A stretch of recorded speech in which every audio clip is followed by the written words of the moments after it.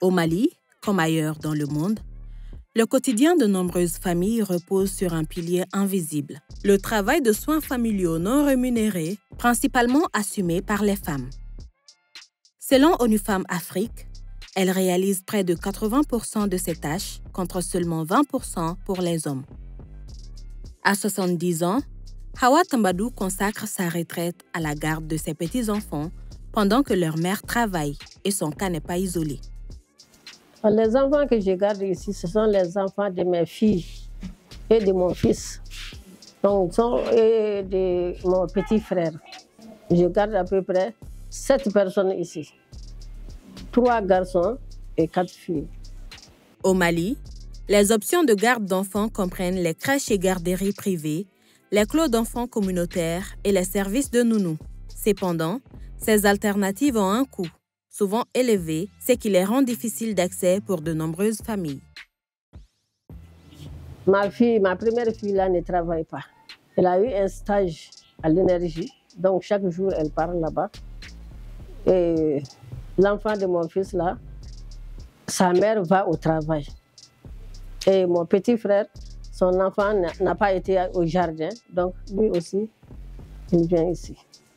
Une étude du Bureau de référence de la population, PRB, révèle que près d'une femme âgée sur 2 au Mali continue d'assurer des tâches lourdes liées aux soins bien après l'âge de la retraite. Chaque fois, quelqu'un dit « je vais à la selle ». Certaines urinent dans leurs caleçons. Donc, je suis obligée de les laver. Et ils viennent aussi dire « j'ai faim, donne-moi de l'argent, je vais acheter des chips, je vais aller chercher, payer des bonbons ».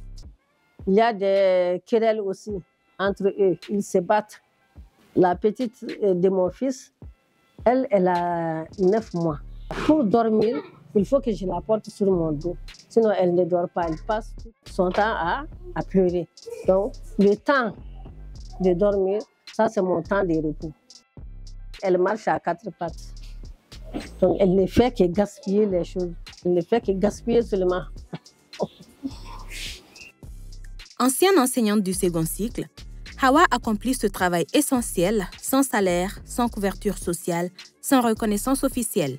D'après les estimations du projet Counting Women's Work, si ce travail invisible était rémunéré à sa juste valeur, il représenterait jusqu'à 40% du produit intérieur brut, PIB réel élargi, dans certains pays. Comme la vieillesse aussi est venue, j'ai 70 ans. Donc, s'il faut porter l'enfant au dos, donc j'ai des malaises aux pieds et au dos. Donc, la nuit, je dors bien. Et les samedis et les dimanches, donc je me repose. Sinon, du lundi au vendredi, pas de repos, hein, du matin au soir.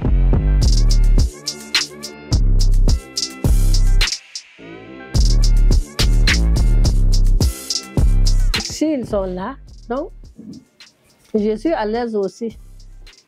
Parce que je n'ai pas de nostalgie. Même si le samedi et le dimanche, ils ne sont pas là. Donc, j'ai de la nostalgie. Hawa elle-même a pu travailler grâce à une cousine qui s'occupait de ses enfants. Aujourd'hui, elle rend l'appareil à ses enfants et à son unique belle-fille, leur permettant de travailler, de se former, de construire leur avenir. Je n'ai pas du tout eu de problème avec mes enfants. Donc, pour aider ces gens-là à aller au travail, si je garde bien ces enfants, donc c'est dans mon propre intérêt et aussi l'intérêt des enfants et aussi l'intérêt de leurs parents. Parce que si tu ne gardes pas bien, certains vont se blesser. Alors, avec la perte des enfants, là, si quelqu'un sort 5 minutes après, je sors pour aller le chercher. Malgré la fatigue et les douleurs physiques, Hawa est là, présente, engagée. Elle est parfois aidée par 2 nièces étudiantes, mais l'essentiel repose sur elle. Je suis très heureuse de les garder. Donc je les aime et je les garde comme Mes propres enfants. Oh, comme on dit en Bambara, Ode nonoye, Mode fene. Fene, au Kadi, Katame nonoye. Donc, Mode Kadi, Katame nonoye. En prenant ce rôle à sa charge, Hawa comble un vide. Elle ne rend pas seulement service à sa famille, elle soutient indirectement l'économie locale. Quand on quitte l'école, on vient chez ma grand-mère, on mange ici, on se lave ici aussi. Jusqu'à 17h, 18h, notre mère vient nous chercher. On la remercie beaucoup, c'est Dieu seul qui peut la récompenser. Les personnes âgées connaissent les comportements, les gestes, psychologiquement tout ce qui est enfantin. La garderie des enfants avec ces personnes âgées a comme premier avantage la compréhension entre les deux parties. C'est pas comme les nounous non expérimentés ou autres éléments. J'ai une grande reconnaissance envers ma propre mère parce que c'est pas toutes les personnes âgées qui ont la patience, la compréhension ou bien sinon l'envie de le faire. Il y en a qui te disent carrément, bon, il faut prendre une bonne pour ça, moi je n'ai pas le temps, je ne peux pas m'occuper de l'enfant. Des millions de femmes au Mali s'appuient sur leur mère, belle-mère ou sœur pour réussir à équilibrer vie familiale et activité économique.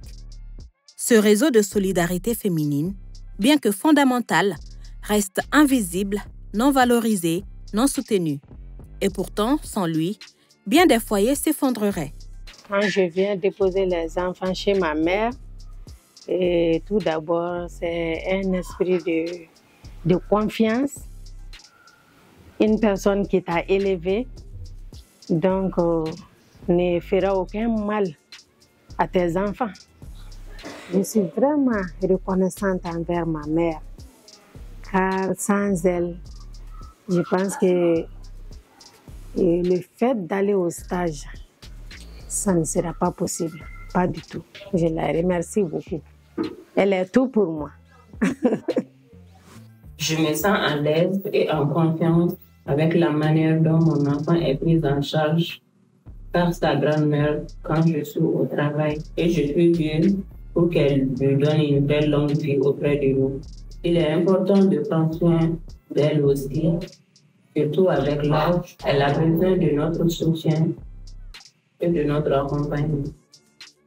Il est urgent de compter le travail domestique non rémunéré dans les statistiques économiques et de le reconnaître à travers des politiques publiques concrètes, services de garde accessibles, aide au répit pour les aidantes, reconnaissance sociale réelle. Car vieillir ne devrait jamais signifier porter, parfois seul, le poids des autres.